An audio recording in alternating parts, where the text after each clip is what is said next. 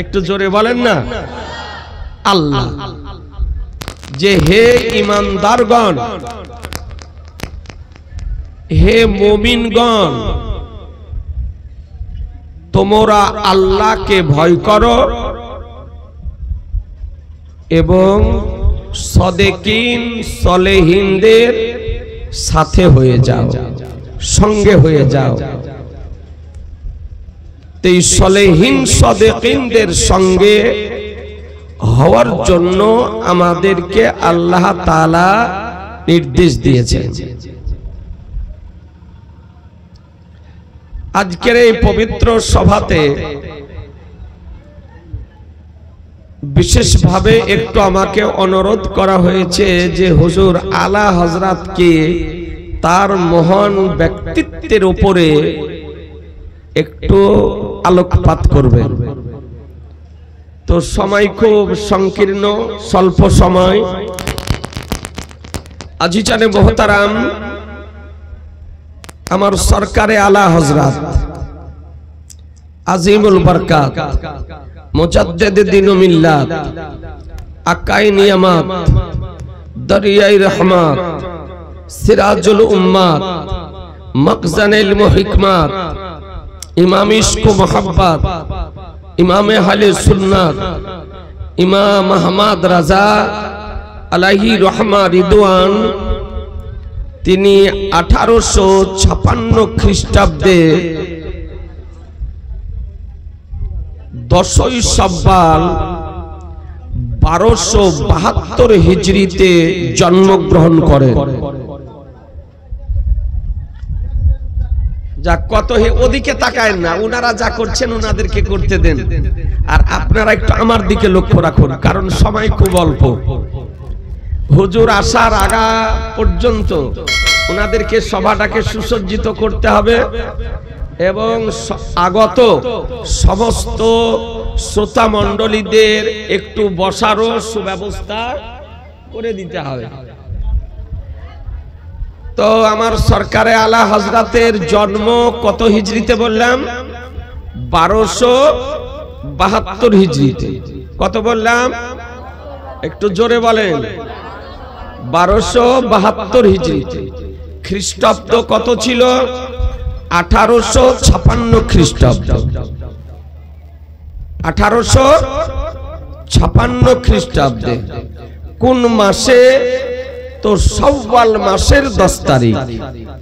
শাওয়াল মাসের 10 তারিখ। শাওয়াল মাস বলতে যে চাঁদে আমরা ঈদুল ফিতরের নামাজ আদায় করি, ওই মাসটির নাম হলো শাওয়াল।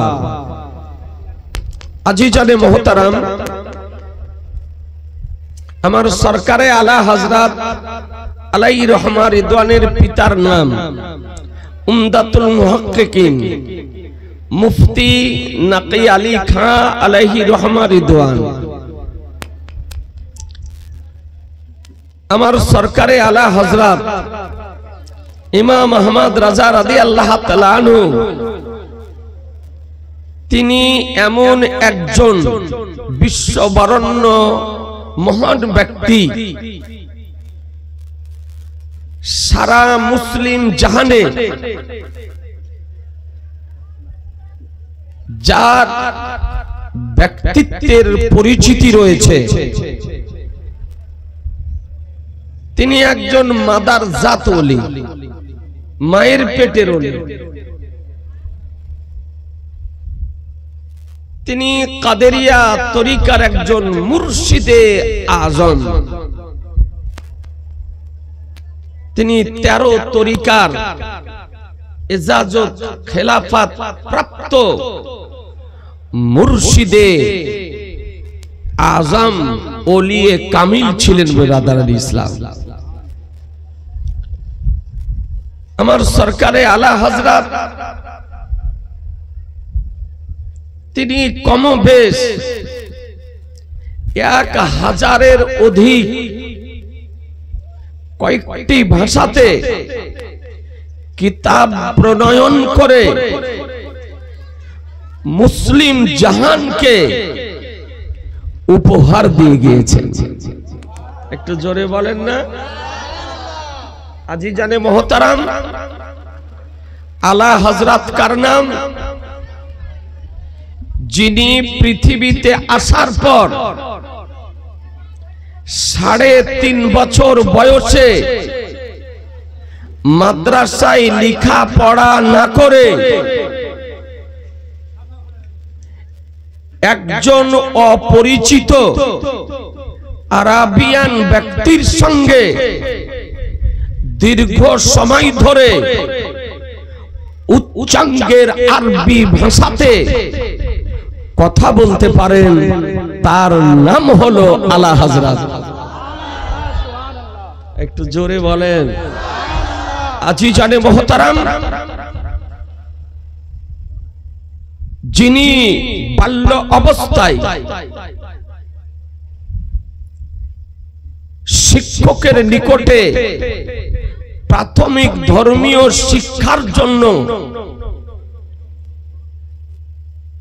উপস্থিত হয়েছেন, আরো অনেক বাচ্চা ওস্তাদের নিকটে শিক্ষার জন্য গিয়েছেন। আমার আলা হযরতের উপস্থিতিতে একজন বাচ্চা দর্শগাহে প্রবেশ করে, শিক্ষা ক্লাসরুমে প্রবেশ করে নিজ ওস্তাদে গেরামিকে সালাম দিতেছেন, আসসালামু আলাইকুম। ছাত্র ওস্তাদকে সালাম দিতেছেন, তো ওস্তাদ শিক্ষক তিনি বাচ্চা মনে করে সালামের উত্তর সুন্নাত তরিকায় না দিয়ে তিনি বলতেছেন, বলে বাবু জিতে রাহো, বাবু জিতে রাহো। একজন মুজাদ্দিদ হিসাবে যিনি এসেছেন, তার জবান বন্ধ থাকতে পারে না।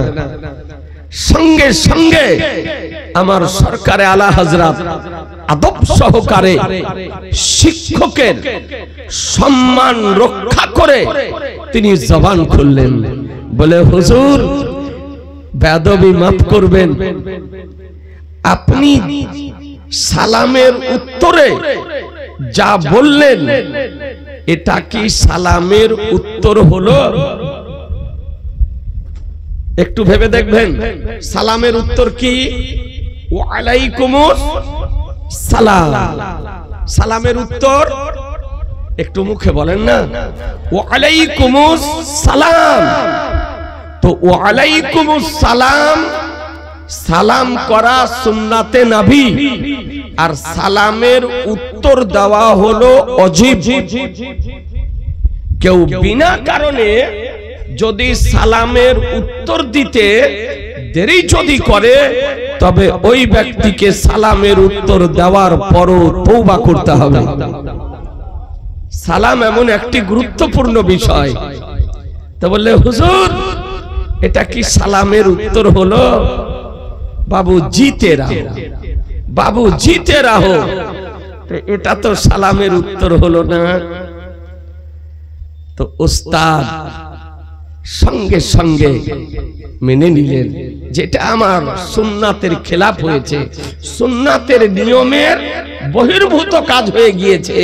আজিজানে মোহতারাম, একটু চিন্তা করে দেখবেন, আমার সরকারে আলা হযরত এখনো আপনার ফিকার কিতাব পাঠ করেননি, এখনো মসলার কিতাব পাঠ করেননি, এখনো আপনার ফতোয়ার কিতাব পাঠ করেননি, কিন্তু আমার সরকারে আলা হযরত মসলার কিতাব না পড়েই যে বাল্য জীবনে নিজ উস্তাদকে সালামের মসলা শিক্ষা দিতে পারেন, তারই নাম হলো আলা হযরত, তারই নাম হলো আলা হযরত। আজিজানে মোহতারাম, ও আলা হযরত কার নাম, যিনি 6 বছর বয়সে সর্বপ্রথম 12ই রবিউল আউয়াল ঈদে মিলাদুন নবীর মঞ্চে দাঁড়িয়ে দীর্ঘ সময় ধরে উচ্চাঙ্গের উর্দু ভাষাতে ভাষণ প্রদান করেছিলেন, তারই নাম হলো আলা হযরত, তারই নাম হলো আলা হযরত। আমরা ঈদে মিলাদুন নবী পালন করি না? জোরে বলেন, করেন না? করেন না? নবীর আগমনের খুশিতে মিছিল বের করেন না? মিছিলে অংশগ্রহণ করেন না? বাড়ি ঘর মসজিদ মাদ্রাসা আলোকিত করেন না? ইসলামিক পতাকা উত্তোলন করেন না? জি হ্যাঁ, এ বেরাদার, ইসলাম জাতির জন্য, মুসলিম জাতির জন্য আজকে জীবনে পৃথিবীতে সর্বশ্রেষ্ঠ খুশির দিন হলো 12ই রবিউল আউয়াল। 12ই রবিউল আউয়াল ঈদ অপেক্ষা খুশির দিন 12ই রবিউল আউয়াল। বকরা ঈদ অপেক্ষা খুশির দিন 12ই রবিউল আউয়াল। অর্থাৎ জীবনে আপনার যত খুশির দিন আছে তার মধ্যে সর্বশ্রেষ্ঠ, সর্বাপেক্ষা খুশির দিন হলো 12ই রবিউল আউয়াল। এই জন্য শরীয়তের বিধান বলে, শরীয়তের কানুন বলে, শরীয়তের ল বলে, খুশি যদি করতে হয় 12ই রবিউল আউয়াল করো, আনন্দ যদি প্রকাশ করতে হয় 12ই রবিউল আউয়াল করো। বাচ্চা সন্তানাদিদের জন্য উত্তম খাদ্যের ব্যবস্থা যদি করতে হয় 12ই রবিউল আউয়াল করো। নতুন পোশাক যদি পরিধান যদি করতে হয় 12ই রবিউল আউয়াল করো। বাড়ি ঘর মসজিদ মাদ্রাসা সুসজ্জিত যদি করতে হয়, আলোকিত যদি করতে হয় 12ই রবিউল আউয়াল করো। জুলুস মিছিল যদি বের করতে হয় 12ই রবিউল আউয়াল করো। কারণ সর্বশ্রেষ্ঠ খুশির দিন হলো 12ই রবিউল আউয়াল। মনে থাকবে? জোরে বলেন, মনে থাকবে? থাকবে। এ বেরাদার, আপনাদেরকে বলতে চাই, ঈদের খুশি পেয়েছেন নবীর কারণে, বকরা ঈদের খুশি পেয়েছেন নবীর কারণে, রমজান পেয়েছেন নবীর কারণে, রোজা পেয়েছেন নবীর কারণে, নামাজ পেয়েছেন নবীর কারণে, হজ পেয়েছেন নবীর কারণে, যাকাত পেয়েছেন নবীর কারণে, ইসলাম পেয়েছেন নবীর কারণে, ধর্ম পেয়েছেন নবীর কারণে, কোরআন পেয়েছেন নবীর কারণে, কাবা পেয়েছেন নবীর কারণে, আর পৃথিবীতে এসেছেন নবীর কারণে।